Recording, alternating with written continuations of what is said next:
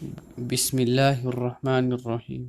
السلام علیکم دوستو، اسلام لائٹ اسٹوڈیو کو سبسکرائب کریں اور بیل آئیکن پر بھی کلک کر دیجیے۔ بنی اسرائیل کے ایک عابد نے پہاڑ کی چوٹی پر 60 سال تک اللہ عز و جل کی عبادت کی۔ ایک رات اس نے خواب دیکھا کہ کوئی کہنے والا کہہ رہا ہے، فلاں موچی تجھ سے زیادہ عبادت گزار ہے اور اس کا مرتبہ تجھ سے زیادہ ہے۔ جب وہ عابد نیند سے بیدار ہوا تو خواب کے بارے میں سوچا، پھر خود ہی کہنے لگا یہ تو محض خواب ہے، اس کا کیا اعتبار، لہٰذا اس نے خواب کی طرف توجہ نہ دی۔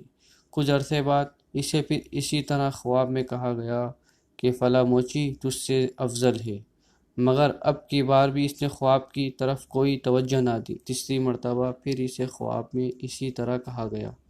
بار بار خواب میں جب اسے موچی کی فضیلت کے بارے میں بتایا گیا تو وہ پہاڑ سے اترا اور اس موچی کے پاس پہنچا۔ موچی نے جب اسے دیکھا تو اپنا کام چھوڑ کر تعظیماً کھڑا ہو گیا اور بڑی عقیدت سے اس عابد کی دست بوسی کرنے لگا۔ پھر عرض گزار ہوا، حضور آپ کو کس چیز نے عبادت خانے سے نکلنے پر مجبور کیا ہے؟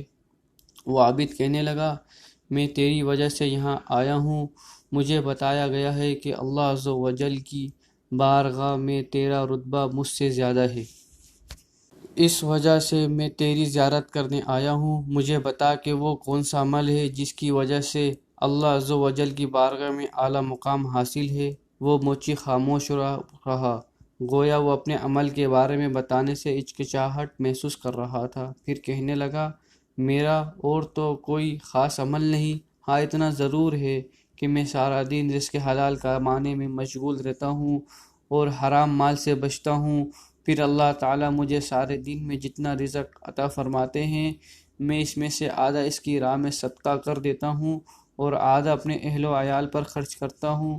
دوسرا عمل یہ ہے کہ میں کثرت سے روزے رکھتا ہوں، اس کے علاوہ کوئی اور چیز میرے اندر ایسی نہیں جو باعث فضیلت ہو۔ یہ سن کر عابد اس نیک موچی کے پاس سے چلا گیا اور دوبارہ عبادت میں مشغول ہو گیا۔ کچھ عرصے بعد پھر اسے خواب میں کہا گیا، اس موچی سے پوچھو کہ کس چیز کے خوف نے تمہارا چہرہ زرد کر دیا ہے۔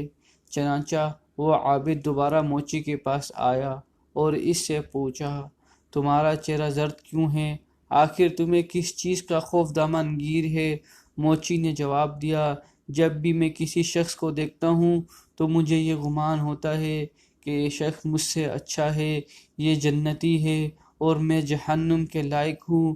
میں اپنے آپ کو سب سے حقیر جانتا ہوں اور اپنے آپ کو سب سے زیادہ گنہگار تصور کرتا ہوں اور مجھے ہر وقت جہنم کا خوف کھایا جا رہا ہے، بس یہی وجہ ہے کہ میرا چہرہ زرد ہو گیا ہے۔ وہ عابد واپس اپنے عبادت خانے میں چلا گیا۔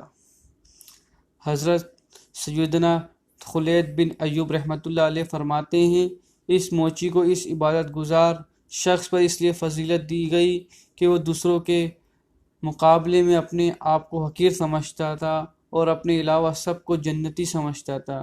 اللہ عز و جل کی ان پر رحمت ہو اور ان کے صدقے ہماری مغفرت ہو۔ والسلام۔ دوستو چینل کو سبسکرائب کریے